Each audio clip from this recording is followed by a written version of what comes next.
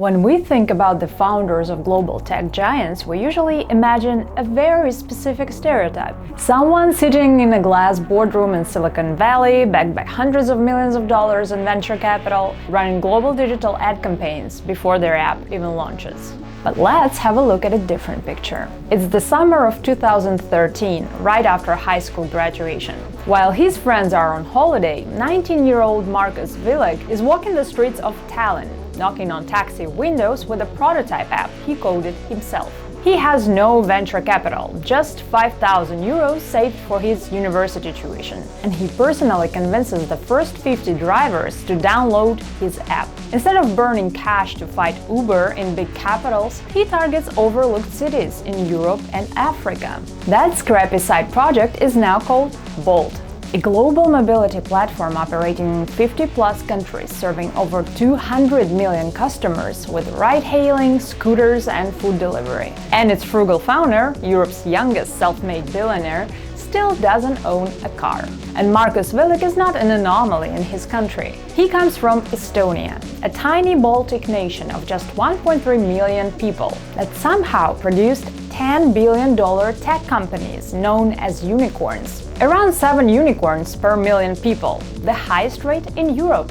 In this video, you will learn how this miniature country has become a global factory for tech giants, why Estonia is called Europe's IT tiger, how to become an Estonian e-resident and open your own EU-based company, who the Skype Mafia is, why Estonia gave 4 billion words of their own language to Meta for free, and how Estonian Soonicorns can change Europe's future.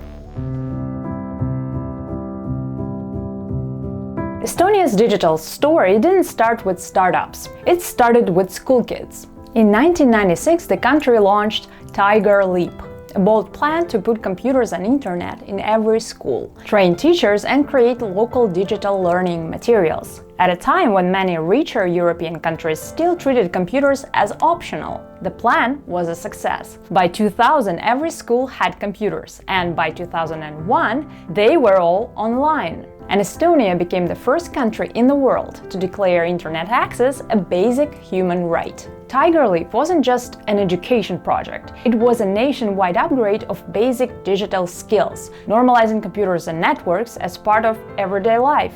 Many of the engineers and founders behind Estonia's unicorns and the architects of its digital state grew up in schools transformed by that program. But we will get to them later.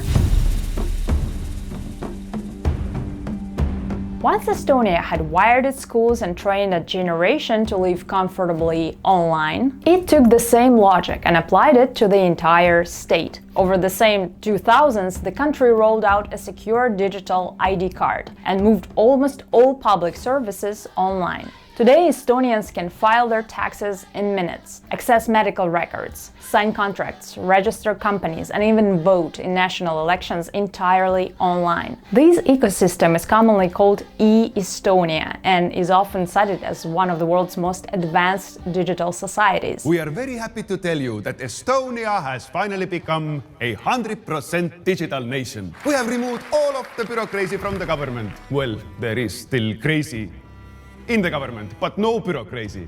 If the internet had a postal address, it would be in Estonia. Behind E-Estonia, there is a clever two-layer backbone. First, a system called X-Road acts like a secure highway between different databases, tax, health, banks, registries, so they can share information without dumping everything into one giant hackable server. Then Estonia adds KSI blockchain, which works like a tamper alarm. It records mathematical fingerprints of the data, so that if anyone ever tries to secretly change state records, the system can prove it and catch the mismatch. Together, they make a digital state that is both very connected and very hard to quietly rewrite.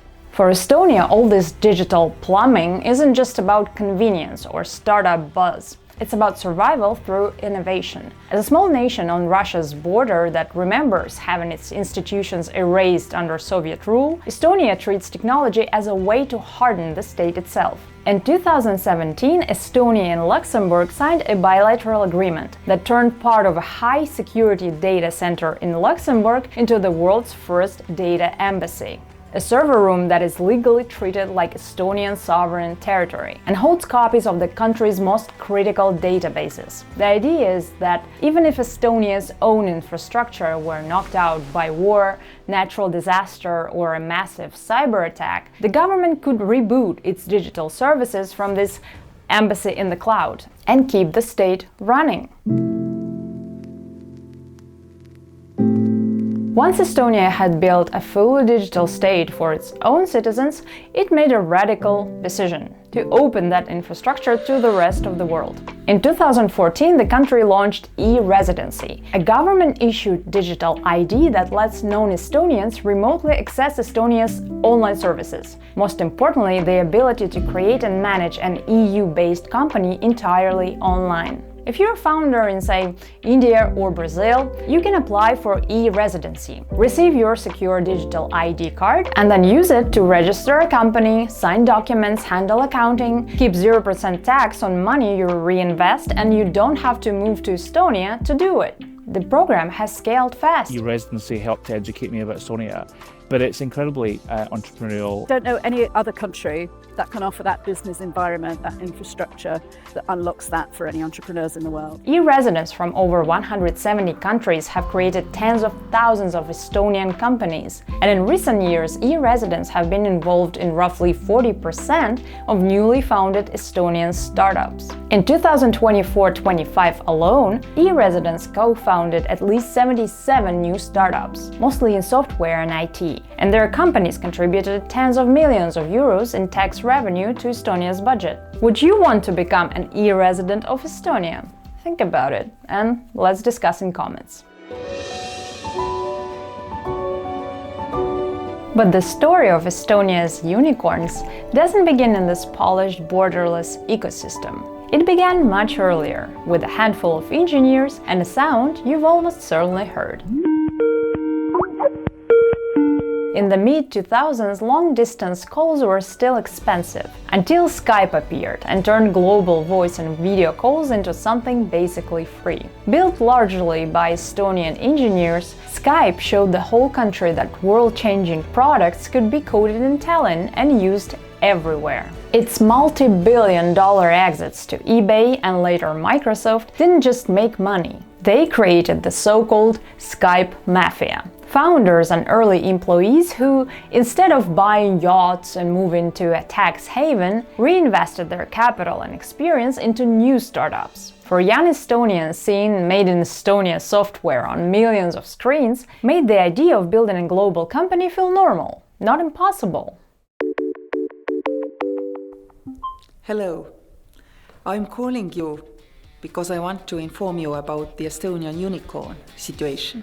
That shift in mindset triggered a massive wave of global problem solvers. Take the story of Wise, formerly TransferWise. Two Estonian friends, one of whom was actually Skype's first employee, were living in London. They were getting crashed by hidden bank fees every time they transferred their salaries between British pounds and Estonian kroons. Instead of accepting it, they bypassed the banks entirely. They built a system where money doesn't actually cross borders. It just swaps accounts locally. Today, Wise is a multi-billion-dollar public company that revolutionized how everyday people and businesses move money across the globe. Or think about the invisible tech you use without even knowing it. Whenever you sign up for a crypto exchange, a banking app, or rent an electric scooter in a new city, the app often asks you to take a selfie while holding your ID card. There is a huge chance that verification is being instantly processed by Veriff, an Estonian unicorn that protects global businesses from identity fraud. Even though Skype itself was shut down in 2025, its spirit lives on in Estonia's latest unicorn, Glia. Where Skype connected people to people, Glia connects companies to customers through integrated chat, voice, video, and co-browsing. Essentially a professional-grade descendant of the same real-time communication idea. Estonian founders don't just transform their home market either. They export this tech culture abroad. A great example is Zego, an insurtech unicorn headquartered in London, but co-founded by Estonian entrepreneur. After seeing how gig economy couriers and drivers struggled with rigid, expensive annual insurance, he built flexible usage-based coverage tailored to modern platform work. Zego became the UK's first insurtech unicorn, and if you look at its cap table, you find another Estonian name. A wise co-founder was its early investor.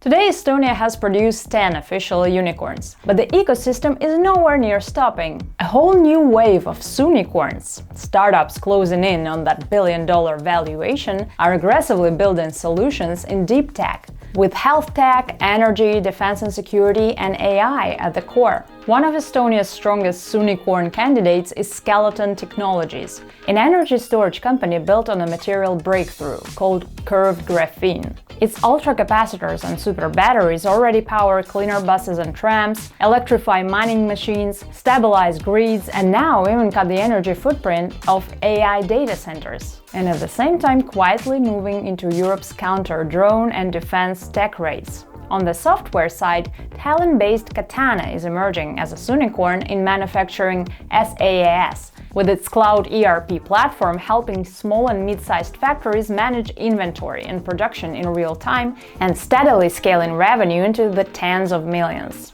And Estonia isn't leaving that next wave to chance. In 2025, the country launched AI Leap, a Tiger Leap-style program that I mentioned at the beginning, but this time giving thousands of high school students and teachers free access to world-class AI tools and trainings, expanding to tens of thousands more by 2027. And Estonia isn't only trying to make its students AI native, it's also trying to make AI itself speak Estonian. In the same 2025, the country opened up almost 4 billion words from its language corpus to Meta for model training, so that tools like chatbots, translation systems, and assistants can work properly in Estonian, which is a big deal for a small language that could otherwise get left behind in the AI race. So let's discuss in comments the Estonian applications, whether you heard of them or you use them in everyday life. And thank you so much for all the views, likes, and comments that you leave on my channel. See you soon!